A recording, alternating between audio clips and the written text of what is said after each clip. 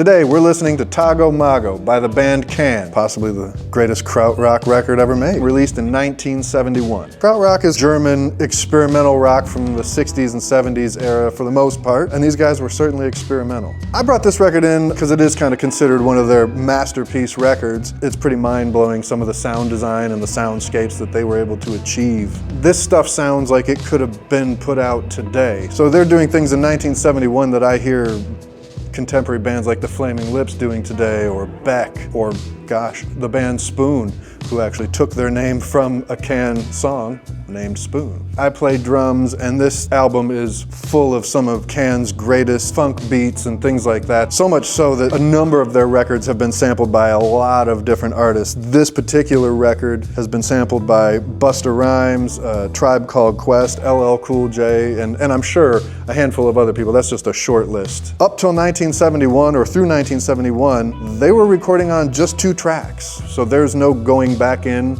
and mixing things, or bringing up the bass note here, or pulling that drum part down a little bit. Like you captured it as it was. You know, they've got the 2 drummers that they're doubling, and the first guy stops in the middle and the second guy picks up, and it ends over here. I mean, to plan that stuff out and be able to pull it off live is incredible. We're listening to this on our Magnapan 1.7i system, powered by Yamaha and Project Turntable. And the reason I chose this system to listen to this record specifically is that there is a lot of great sort of reverb sound in here. They had their own studio, which was in a castle. So they had killer acoustics, which they took advantage of. And so to really kind of take advantage and get all of that sense of space out of this recording, the Magnapans are a dipole speaker. They're a speaker that sends sound out the front and the back of the speaker. So it really fills the room in a much more organic way. And how cool is that if I can transport myself to 1971 to a German castle, to these guys making incredible music.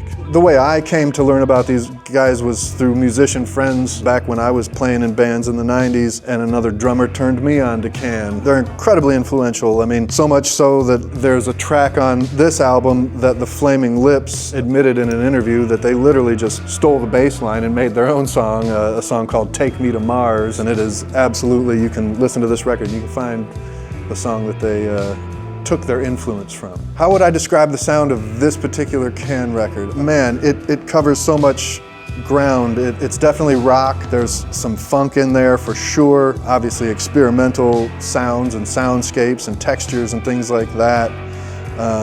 You know, I don't know if I can nail it down. It's Can.